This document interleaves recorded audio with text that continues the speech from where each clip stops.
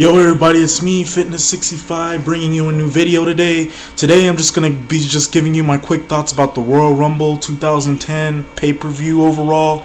I watched the show and just going to give you a quick video, just quick thoughts about what I thought about the pay-per-view. The Royal Rumble, this year's Royal Rumble was not really that good of a pay-per-view. It was kind of disappointing, kind of reminding me of 2008's Royal Rumble, as the card just really wasn't that good, and that was the case with this card. As the pay-per-view just didn't deliver, just didn't live up to the hype, and just wasn't what I expected it to be, because I expected it to be a pretty good pay-per-view, but it wasn't a good pay-per-view, and I'll give my rating pretty much at the end of this video. But we start off with the first match on here, which was Ezekiel Jackson and Christian. It was a pretty good matchup. I mean, it was a really good matchup. Probably one of the best matches of the night on that pay-per-view. And the other best match I'll talk about later in this video. But it was a pretty good matchup. Ezekiel Jackson using his power, Christian selling all of Ezekiel Jackson's moves, and Christian pretty much just carrying Ezekiel Jackson to this matchup and just making Ezekiel Jackson look good and selling all of his offense and making him look like a threat. Just a really good matchup, and I really enjoyed it. And it was one of the best matches of the night on this card, and it just shows how underrated of a worker Christian was, because he pretty much busted his ass out there and he did what he could to get a good match out of Ezekiel Jackson. And Christian was pretty much over on this card, as he was pretty much over with the crowd, as well as the crowd was really into him. And it just shows that he needs to move away from ECW and go to SmackDown and become world champion. But the WWE, I guess, wants to keep him on ECW and have him do more things on there. But Christian needs to move on to SmackDown, as this match proved to me why he should move on to bigger and better things, as he just always brings his A game and brings his working boots out when he wrestles. And he pretty much gave Ezekiel Jackson the best match of his career, because let's face it, Ezekiel Jackson hasn't really had any good matches in his WWE career. But yeah, that was a pretty good matchup. I give it a three stars, maybe 2.5, 3 stars. Yeah, 3 stars is more like it. No, I give it 2.5 stars, but yeah, maybe 3 stars. Yeah, I'm gonna stick with 3 stars. Just a good matchup. Really was into it, and like I said, it just did what it was supposed to do. And Christian just made Ezekiel Jackson look like $1,000,000. The second match on here was a match there was of course a skit. I'm not even going to talk about that because it was pointless. And then of course Teddy Long during that skit announced that it'd be The Miz against MVP for the United States title. Very short matchup. Was expecting this to be a little bit longer, even though, yeah, a little bit longer, but the only problem I have with it is that they didn't build this matchup enough. It was just thrown together on the card with no build or anything like that, just 2 guys wrestling for the United States title. And I just wish the WWE would have did a good job of building it and advertising it. But still, it was a decent matchup for what it was. I mean, it could have been a little bit better had this match got more time, but it was what it was. And Miz ended up getting the victory. The ending to that matchup just came out of nowhere, and it looks like these two are going to be feuding a little bit more, as I'll talk about later in the Royal Rumble. And then, of course, there was Sheamus against Randy Orton. I don't know where to start with this matchup. This matchup was boring. I mean, I had a hard time trying to get into it. It was slow. It was boring. It was hard to get into. They tried to do like some stuff to mix it up in this matchup, but it just didn't work. It was just a match that was just so hard to sit through. And I remember getting up a couple times and just going to the bathroom a couple times watching this matchup, because it was just not a fun matchup to watch. And it just shows why the WWE needs to get the belt off Sheamus. Is this just proved my theory right here, how he's been booked. And then of course the ending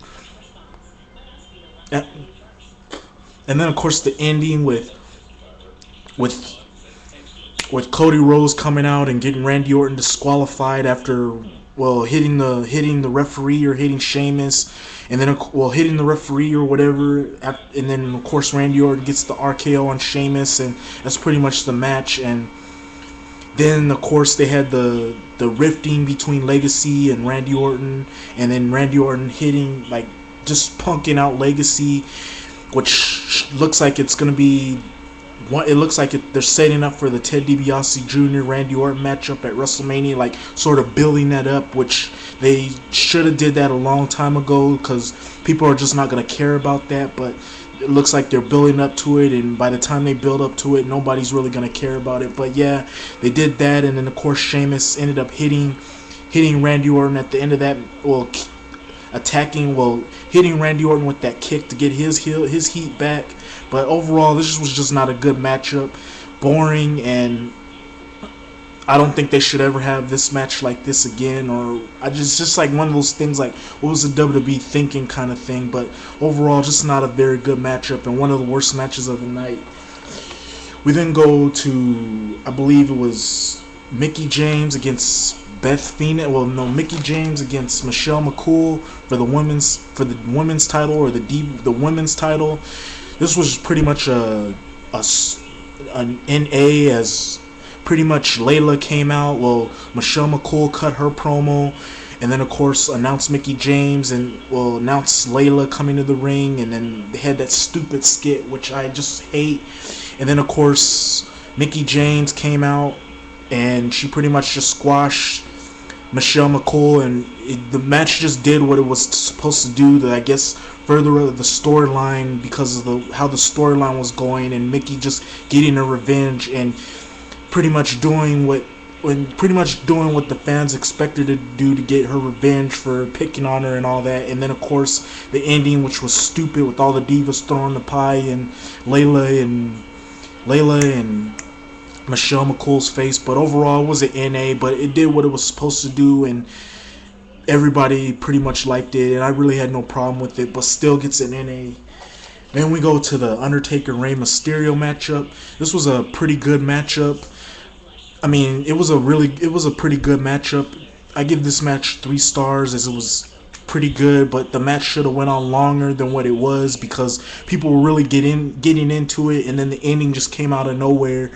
Well, the ending just came, and I wish the WWE would have just gave this match more time, because this match was just flowing. Everybody was getting into it, and there was just some nice storytelling in this matchup, and I was pretty much getting into it, and it was just a fun matchup. And then the ending just came out of nowhere, and I just wish the WWE would have gave this match a little bit more time. But of course, because of the Undertaker's problems with his hips and stuff, they had to shorten this match down to what the time it was, and thus you got a short matchup. But still, it was a very good matchup. Rey Mysterio looked good, and of course, as always, the Undertaker looked good. And then getting to the Royal Rumble, because I don't have much time, the Royal Rumble was pretty disappointing, as I expected the Royal Rumble to be like all the other Royal Rumbles, but it was pretty disappointing. Pretty much the highlight of the Royal Rumble was CM Punk eliminating the 4 guys that he eliminated, which was Evan Bourne.